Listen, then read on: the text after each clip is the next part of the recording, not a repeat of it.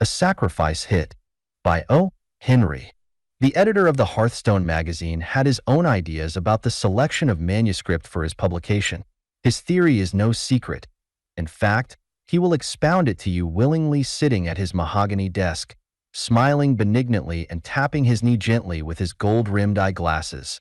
The Hearthstone, he will say, does not employ a staff of readers. We obtain opinions of the manuscripts submitted to us directly from types of the various classes of our readers.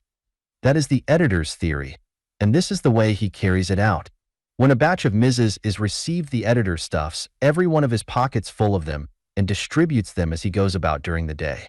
The office employees, the hall porter, the janitor, the elevator man, messenger boys, the waiters at the cafe where the editor has luncheon, the man at the newsstand where he buys his evening paper, the grocer and milkman, the guard on the 5.30 uptown elevated train, the ticket chopper at 60th Street, the cook and maid at his home. These are the readers who pass upon Mrs. sent in to the Hearthstone magazine. If his pockets are not entirely emptied by the time he reaches the bosom of his family, the remaining ones are handed over to his wife to read after the baby goes to sleep. A few days later, the editor gathers in the Mrs. during his regular rounds and considers the verdict of his assorted readers. This system of making up a magazine has been very successful, and the circulation, paced by the advertising rates, is making a wonderful record of speed.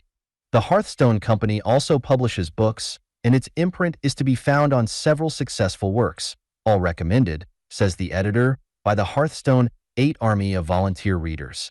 Now and then, according to talkative members of the editorial staff, the Hearthstone has allowed manuscripts to slip through its fingers on the advice of its heterogeneous readers that afterward proved to be famous sellers when brought out by other houses.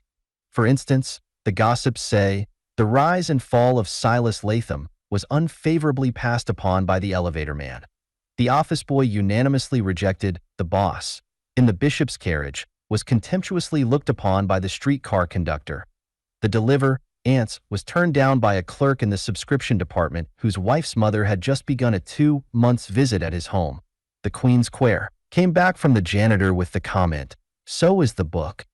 But nevertheless, the Hearthstone adheres to its theory and system, and it will never lack volunteer readers. For each one of the widely scattered staff, from the young lady stenographer in the editorial office to the man who shovels in coal, whose adverse decision lost to the Hearthstone Company the manuscript of The Underworld, has expectations of becoming editor of the magazine someday. This method of the Hearthstone was well known to Allen Slayton when he wrote his novelette entitled Love Is All. Slayton had hung about the editorial offices of all the magazines so persistently that he was acquainted with the inner workings of everyone in Gotham.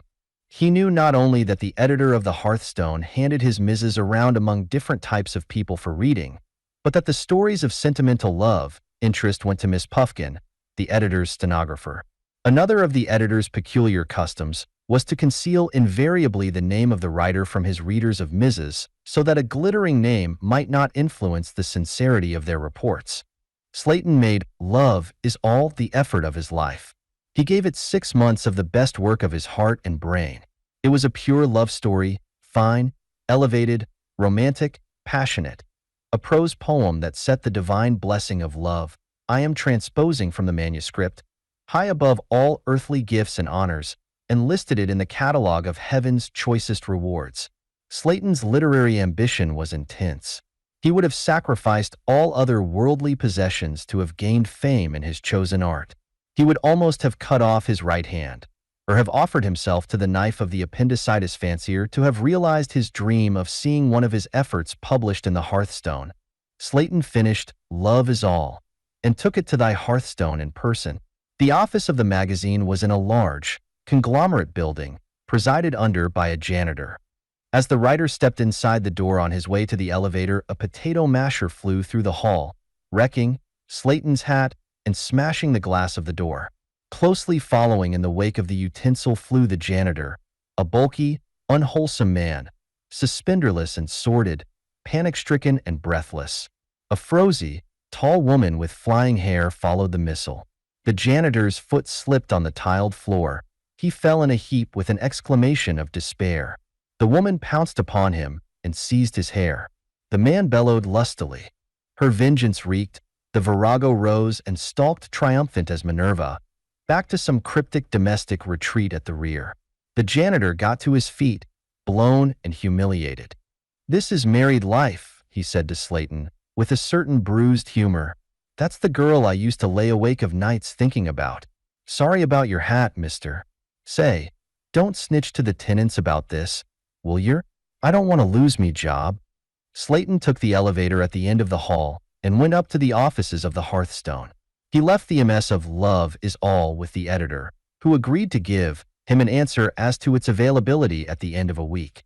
Slayton formulated his great winning scheme on his way down. It struck him with one brilliant flash, and he could not refrain from admiring his own genius in conceiving the idea. That very night he set about carrying it into execution.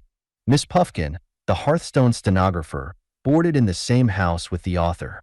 She was an oldish, thin, exclusive, languishing, sentimental maid, and Slayton had been introduced to her some time before. The writer's daring and self-sacrificing project was this. He knew that the editor of the Hearthstone relied strongly upon Miss Puffkin's judgment in the manuscript of romantic and sentimental fiction. Her taste represented the immense average of mediocre women who devour novels and stories of that type. The central idea and keynote of Love is All was love at first sight. The enrapturing, irresistible, soul-thrilling feeling that compels a man or a woman to recognize his or her spirit mate as soon as heart speaks to heart. Suppose he should impress this divine truth upon Miss Puffkin personally. Would she not surely endorse her new and rapturous sensations by recommending highly to the editor of the Hearthstone the novelette Love is All? Slayton thought so, and that night he took Miss Puffkin to the theater. The next night he made vehement love to her in the dim parlor of the boarding house. He quoted freely from Love is All, and he wound up with Miss Puffkin's head on his shoulder and visions of literary fame dancing in his head. But Slayton did not stop at lovemaking. This, he said to himself, was the turning point of his life, and, like a true sportsman, he went the limit. On Thursday night he and Miss Puffkin walked over to the big church in the middle of the block and were married. Brave Slayton. Chateaubriand died in a garret, Byron courted a widow, Keats starved to death, Poe mixed his drinks, De Quincey hit the pipe, Ade lived in Chicago, James kept on doing it, Dickens wore white socks, de Maupassant wore a straitjacket, Tom Watson became a populist, Jeremiah wept.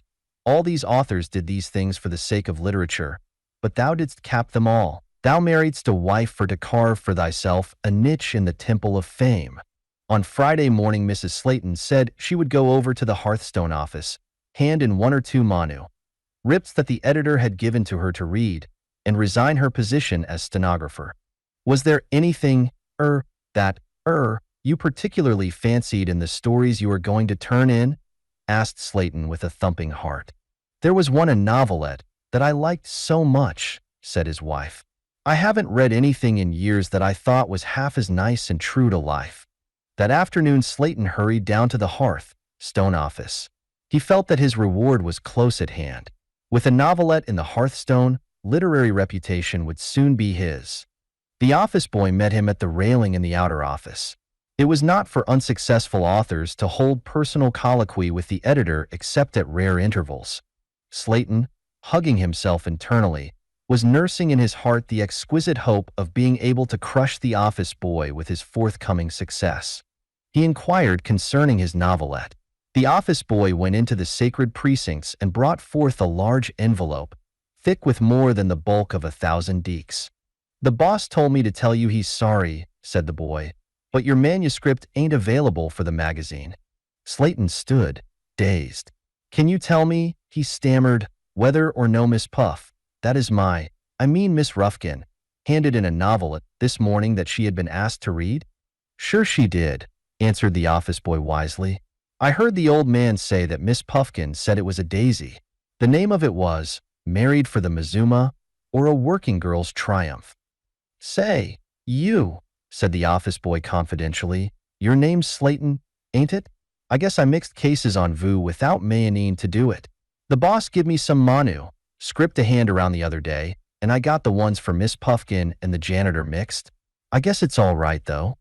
And then Slayton looked closer and saw on the cover of his manuscript, under the title Love is All, the janitor's comment scribbled with a piece of charcoal.